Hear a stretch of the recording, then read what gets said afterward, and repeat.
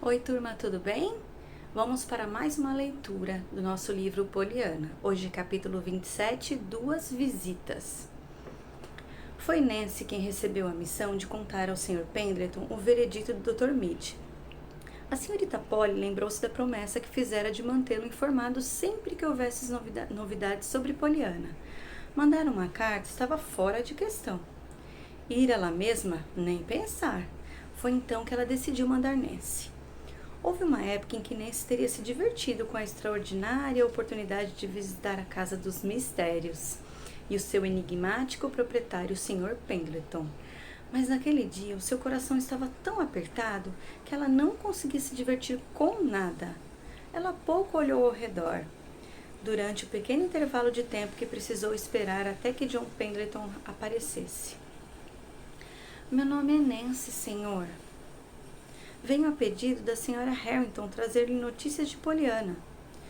E então? Apesar da breve fala, Nancy pôde perceber a ansiedade que estava por trás daquela curtíssima pergunta.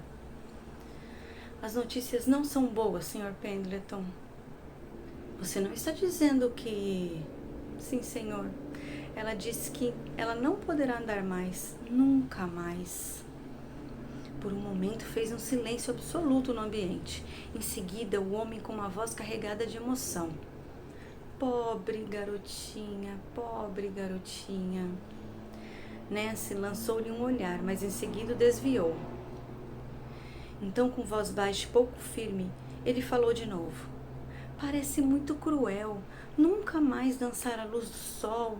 A minha garotinha, meu cristal. De certo, ela ainda não sabe, não é? Ela sabe, senhor, e é isso que torna tudo muito mais difícil. Ela acabou descobrindo aquele gato. Peço desculpa, senhor, mas foi por causa do gato que abriu a porta e a menina ouviu tudo que os médicos e a enfermeira conversavam no corredor. Pobre garotinha, suspirou o homem outra vez. Sim, senhor. E é o que o senhor diria se a visse. Eu a vi somente 2 vezes depois que ela soube. Fiquei consumida, o senhor entende?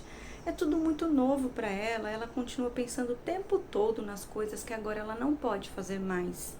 E tudo isso a perturba, porque ela não consegue ficar contente. Quer dizer, não sei se o senhor conhece o jogo. O jogo do contente? Ah, sim. Ela já me falou sobre. Ah, bem, então acho que ela vem ensinando o jogo para quase todo mundo. Só que ela mesma não consegue mais jogar. E isso a preocupa muito, porque não consegue ficar contente no estado em que ela está. Ora, e por que ela deveria? Disse o homem. Foi como imaginei também. Até que eu pensei que seria mais fácil se ela descobrisse alguma coisa. Então eu tentei fazê-la se lembrar. Fazê-la se lembrar de quê? De como ela convencia os outros a jogar o jogo, a senhora Snow, todos os outros, das coisas que ela falava para eles aprenderem a jogar. Mas aquela pobre coitadinha só chora e diz que não é mais a mesma coisa. Ela diz que é fácil convencer uma pessoa inválida a ser contente, mas quando ela mesma é inválida e tenta ficar contente, tudo é diferente. Nancy fez uma breve pausa, mas o homem permaneceu em silêncio. Então, eu tentei lembrar a ela de que o jogo era mais legal se fazer quando ficava mais difícil. Mas a garotinha disse que também não era mais a mesma coisa, porque desta vez estava difícil demais. Eu preciso ir agora, senhor, disse Nancy rapidamente. Quando já estava à porta, pronta para ir embora, ela falou. Será que eu posso, por assim dizer, falar à senhorita Poliana que o senhor viu Jim Ben outra vez? Eu posso? Eu não imagino por que faria isso, já que eu não o vi. Mas por quê?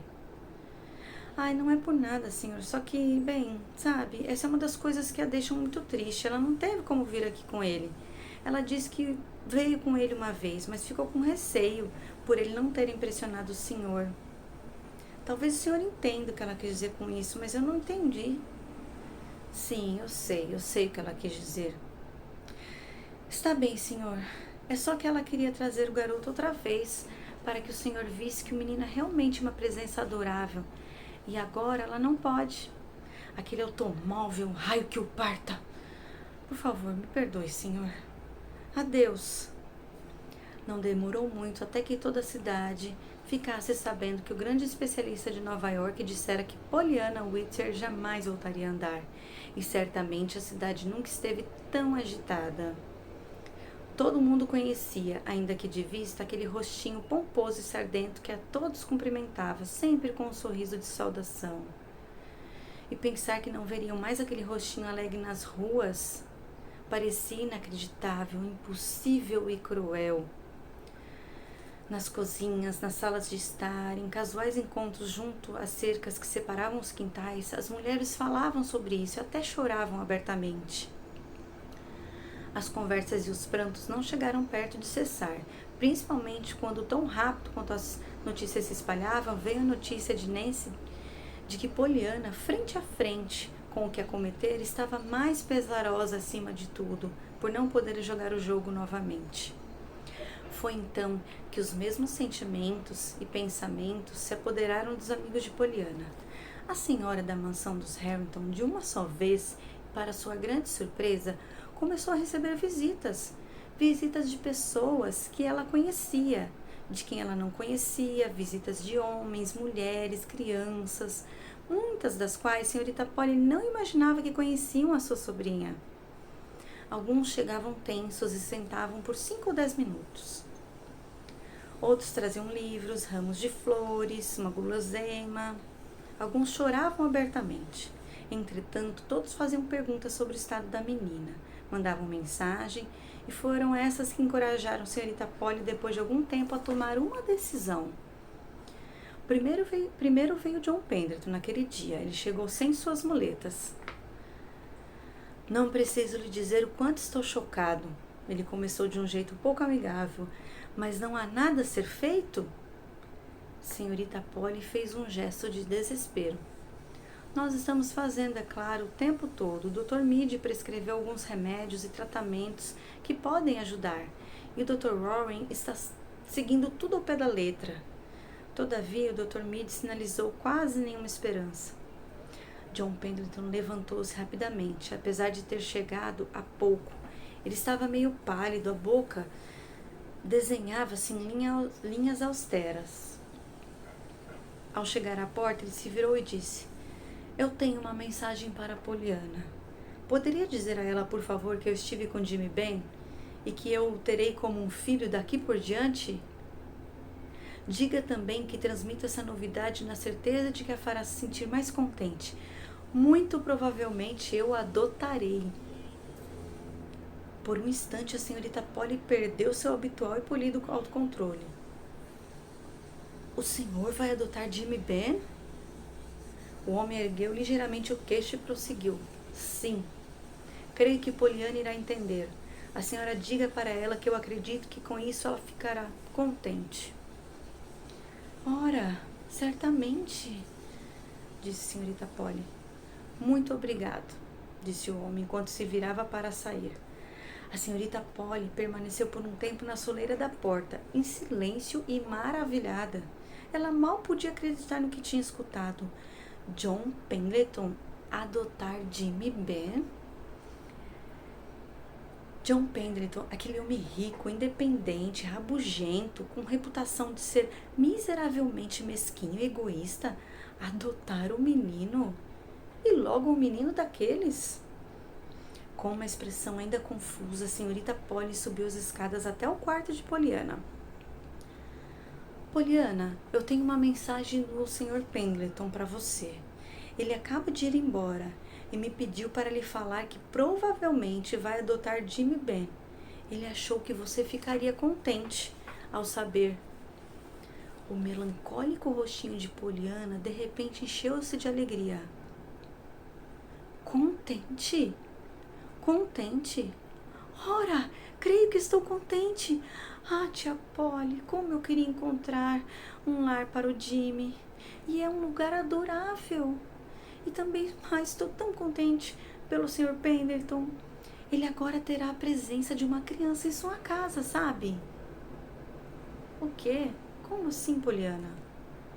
O rosto de Pollyanna corou repentinamente. Ela havia se esquecido de que nunca havia mencionado que o Sr. Pendleton tivera o desejo de adotá-la. E de fato, naquele momento, Poliana não desejava contar que certa vez chegou a pensar em deixá-la. Sim, é a presença de uma criança. É que certa vez o Sr. Pendleton me disse, sabe, que somente a mão e o coração de uma mulher ou a presença de uma criança poderiam fazer um lar. E agora ele conseguiu a presença de uma criança. Ah, entendo, disse a senhorita Polly. Ela teve um vislumbre de toda a pressão que se instalou sobre a menina quando John Pendleton provavelmente pedira a Poliana para que ela fosse a presença de uma criança. Ah, agora eu entendo, Poliana. E ficou com os olhos cheios de lágrimas.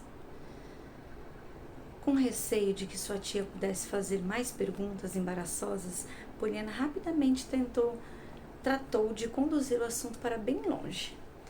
A senhora sabe, Dr. Chilton também disse a mesma coisa, que para ter um lar é preciso as mãos e o coração de uma mulher, ou a presença de uma criança.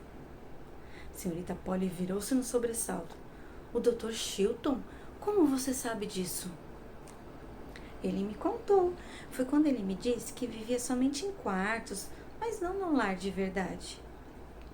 Senhorita Polly não respondeu. Seus olhos estavam olhando pela janela, muito distantes, e a menina continuou. Então, eu perguntei por que ele não arranjava o coração e as mãos de uma mulher para fazer um lar. Poliana! A senhorita Polly virou-se bruscamente, seu rosto estava vermelho. Ora, eu perguntei, ele parecia tão triste. E o que ele disse? Perguntou a senhorita Polly. Durante um minuto, ele não disse nada. Depois, baixinho, ele me disse que não era assim tão simples. Novamente se fez silêncio. Poliana suspirou. De qualquer modo, ele ainda continua a querer a companhia de uma mulher. Eu sei, e eu quero que ele consiga uma. Ora, Poliana, e como é que você sabe? Ah, porque depois, outro dia, ele me disse outra coisa. Ele disse isso bem baixinho, mas eu consegui ouvir. Ele disse que daria o mundo para ter o coração e as mãos de uma mulher que ele amava. O que foi, tia Polly? Qual é o problema? Tia Polly repentinamente se levantou da cadeira e foi até a janela. Não é nada, querida. Estava só querendo mudar a posição deste prisma, respondeu tia Polly enquanto seu rosto ficava cada vez mais corado. E fim do capítulo, turma. Próximo capítulo, de número 28, o jogo e seus jogadores. Espero vocês amanhã, então, para a gente continuar. Está quase acabando, hein? Um beijo e fiquem com Deus.